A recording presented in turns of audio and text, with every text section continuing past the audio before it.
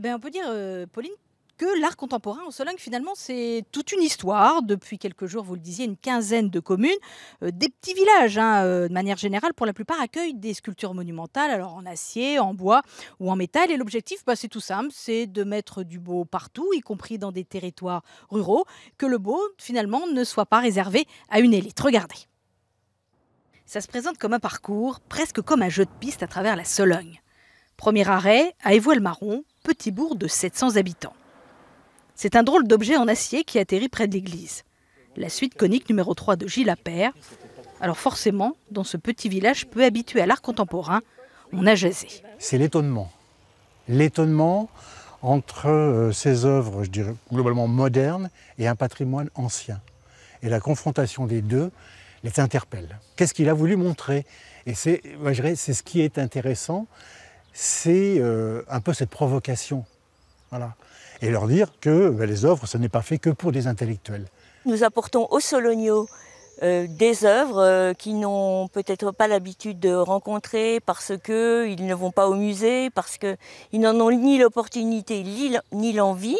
Là, on leur apporte sur un plateau et au détour d'une place, en contrebas d'un pont, à l'ombre d'un caquetoire, leur œil est attiré par une œuvre et ça va déclencher une émotion bien sûr, mais aussi des dialogues et ça fait parler les gens.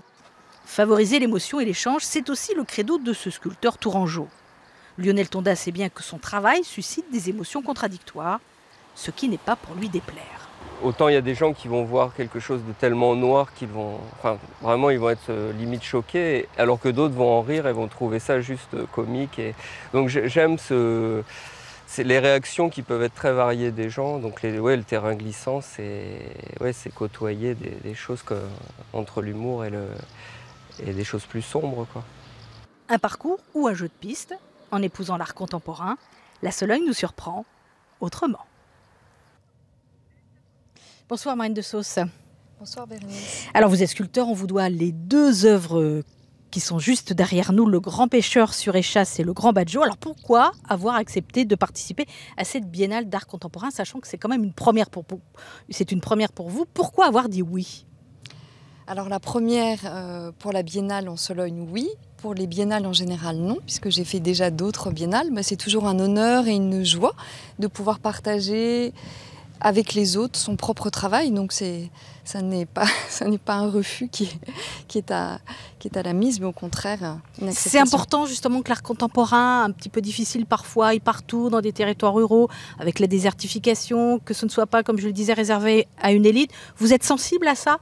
Ah, beaucoup, oui, parce que ce qui est toujours important, c'est ce qui nous motive, c'est-à-dire l'émotion, et on a envie de faire partager notre émotion avec tous les publics, bien sûr.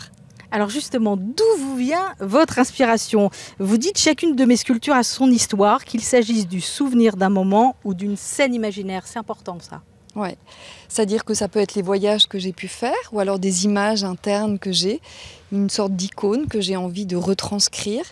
Et ensuite naît l'œuvre tout doucement par maturation et puis ensuite en gestation à l'atelier et tout doucement tout le processus de création. Ouais. Alors c'est vrai que vous n'avez pas toujours été sculpteur, vous avez fait du marketing, vous avez même commencé votre carrière là-dedans, ça ne vous épanouissait pas? Alors c'est complètement une autre vie effectivement, mais quand j'ai touché à la terre, ça a été une révélation totale. Donc c'était... Voilà, les choses se sont avérées simplement comme un grand fil conducteur et le chemin était là.